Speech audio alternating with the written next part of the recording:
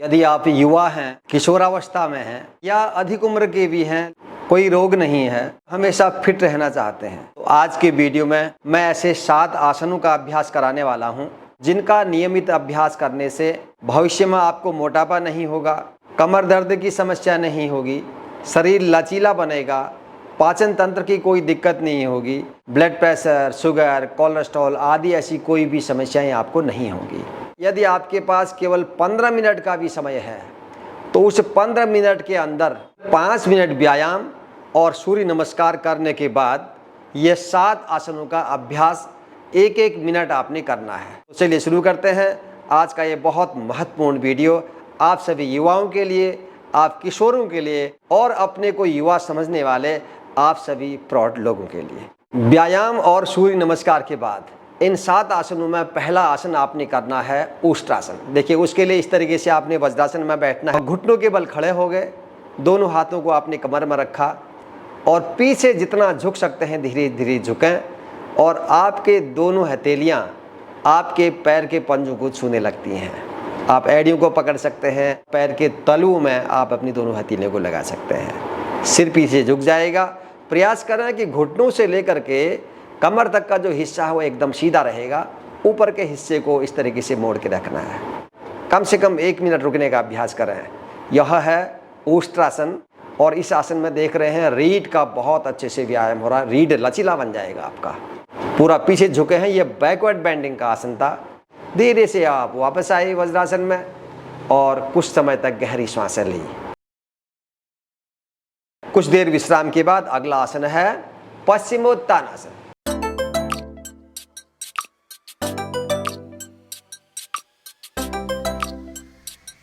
दोनों पैरों को आगे फिर फैला लिया, श्वास भरते हुए दोनों बाहें ऊपर, श्वास बाहर छोड़ते हुए नीचे।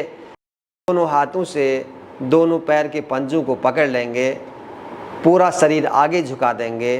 प्रयास करें कि आपका माथा बिना घुटनों को उठाए हुए आपके पैरों को, आपके घुटनों के नीचे आपका माथा लग जाए। इस तरीके से इस आसन में रुकने का प्रयास करें कम से कम 1 मिनट तक। धीरे धीरे अभ्यास के बाद आसानी से आप 1 मिनट तक रुकने लग जाएंगे। तो यह है पश्चिमोत्तानासन। यह भी आपके पाचन संस्थान के लिए बहुत लाभकारी है। रीढ़ को लचीला बनाएगा, पूरे शरीर की मांसपेशियों को एक्टिव कर देगा। इसके बाद बैठ करके तीसरा आसन करना है अर्ध मत्स्य आसन। बायां पैर मोड़िए, दाहिने पैर को अपनी बाईं ओर इस तरीके से रख देना है और बाएं हाथ से पैर को दबाते हुए दाहिने पैर के पंजे को पकड़ना है और दाहिना हाथ पीछे है। श्वास खाली करके पूरा दाईं ओर घूमें और पीछे घूम करके रुक जाना है जहां तक आप घूम पाते हैं। श्वासें सामान्य लेते रहनी है। इस आसन में आपका जो स्पाइन है वो ट्विस्ट हो रहा है। कमर से नीचे का हिस्सा आगे है और ऊपर के हिस्से को आपने मोड़ के पीछे की ओर करना है। तो यह अर्ध मत्स्य आसन। इस आसन को दूसरी ओर से भी करेंगे।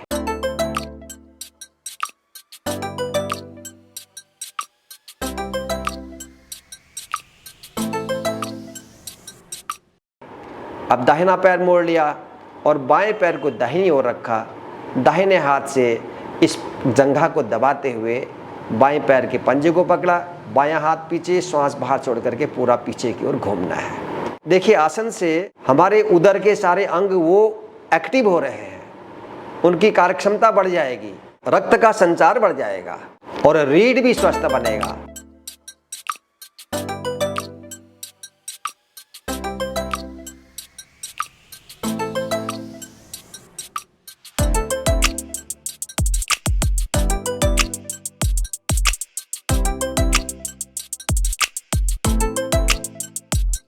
विश्राम। अब इसके बाद लेट के आसन करेंगे।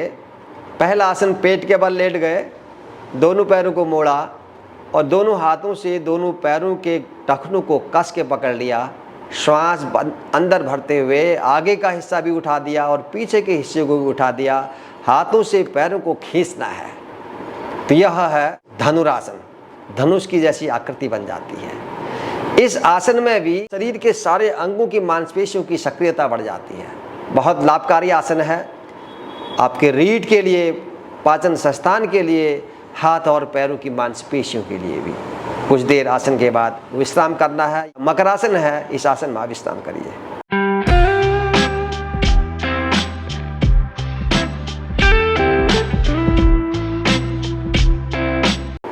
इसके बाद अगले आसन, उसके लिए आराम से पीठ के बल लेटें और श्वास अंदर भरते हुए धीरे धीरे दोनों पैरों को उठाया और कंधों के सहारे शरीर को सीधा ऊपर कर लेना है। यह सर्वांग आसन बहुत लाभकारी आसन है हृदय के लिए, पाचन संस्थान के लिए।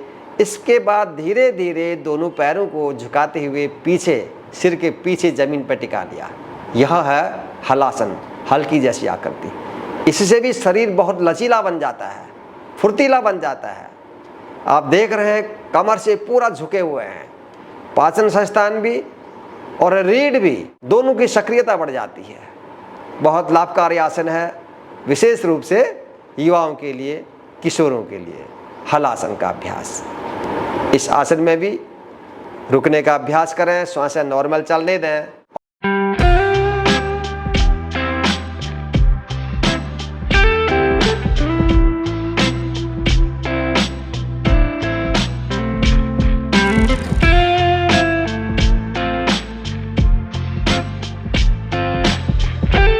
और वापस आते समय धीरे धीरे कमर को नीचे रखना है, झटके से नहीं, बहुत आराम आराम से कमर नीचे जाने दें। घुटनों को नहीं मोड़ना है, सिर को नहीं उठाना है और धीरे धीरे पैरों को सीधा रखते हुए जमीन की ओर लेके आएं और फिर विश्राम करें थोड़ी देर के लिए शवासन में। 6 आसन हो गए और अब अंतिम 7वां आसन है चक्रासन।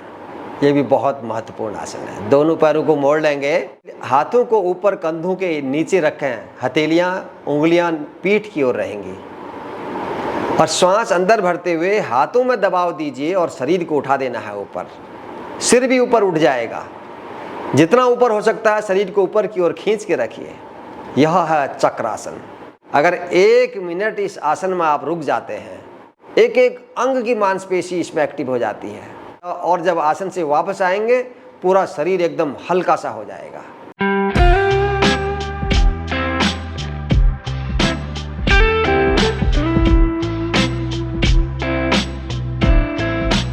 बहुत लाभकारी आसन, विशेष रूप से आप सभी युवाओं के लिए, किशोरावस्था के लोगों के लिए। आराम से धीरे धीरे वापस और अंत में शवासन में विश्राम करना ना भूलिए। कुछ समय के लिए शरीर को रिलैक्स छोड़ देना है, श्वासों को धीमी और लंबी लेते रहें।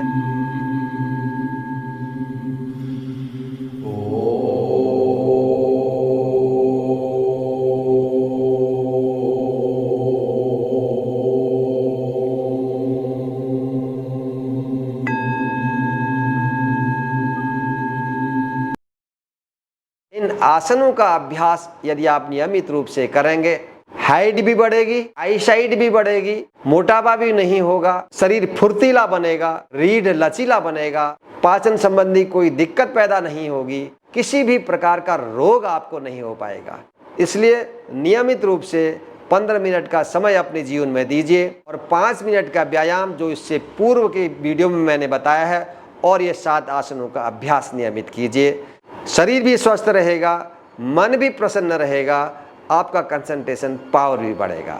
ये वीडियो केवल देखने के लिए नहीं है, ये आपके अभ्यास करने के लिए है। आसन को आराम से देखिए, धीरे धीरे उस आसन में जाने का प्रयास कीजिए। जितना आपसे आसन में जाया जा सकता है आरंभ में उतना जाएं। धीरे धीरे अभ्यास करने के बाद आपकी फ्लेक्सिबिलिटी बढ़ेगी और अधिक अच्छे से होने लगेगा।